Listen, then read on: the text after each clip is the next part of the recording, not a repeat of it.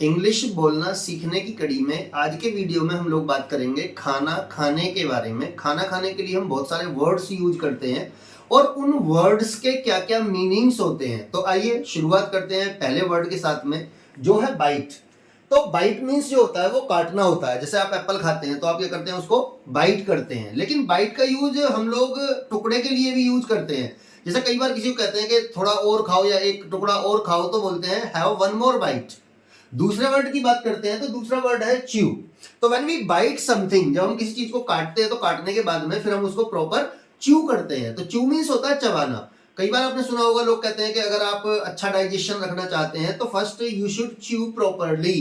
तो हमें प्रॉपर तरीके से उसको जो है च्यू करना चाहिए। अगला वर्ड जो आता है वो आता है निबल। निबल मीन्स होता है कुतरना। आपने देखा होगा कई बार छोटे छोटे बच्चों की ना आदत होती है, जब कोई भी चीज आप दोगे तो उसको थोड़ा थोड़ा ऐसे ना कुतर कुतर के खाते हैं। तो उसको जो है ना, उसको हम लोग इंग्लिश में बोलते हैं निबल। अगला वर्ड जो आता है वो आता है लिक।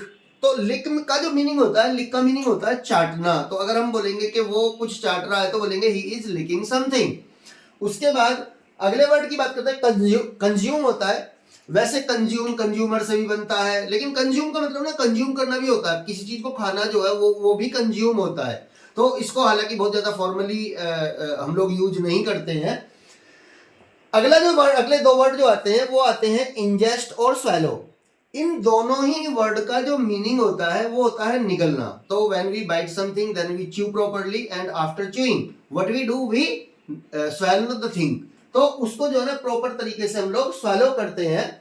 अब ड्रिंक की अगर हम बात करें तो ड्रिंक का जो मतलब होता है वो पीना होता है। लेकिन किसी चीज को, जैसे आप टी कॉफी, अब वो समटाइम इट्स वेरी हॉट, तो हम लोग क्या करते हैं, हल्के हल्के सिप लेते हैं। लेकिन सिप का जो यूज करते हैं, सिप के साथ एक्शन हम लोग हैव या टेक का यूज करते हैं। जैसे हम कहते हैं कि भाई लो सिप लो, तो बोलते हैं हैव अ सिप या बोलेंगे टेक अ सिप।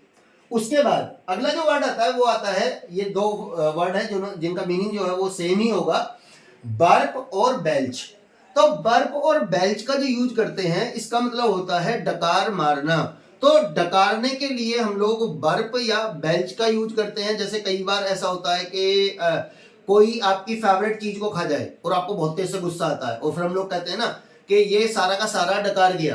तो ऐसे बोलेंगे ही हैज बेल्ज्ड ऑल द थिंग्स, मतलब जितनी भी चीजें खाने की थी वो सारी की सारी डकार गया।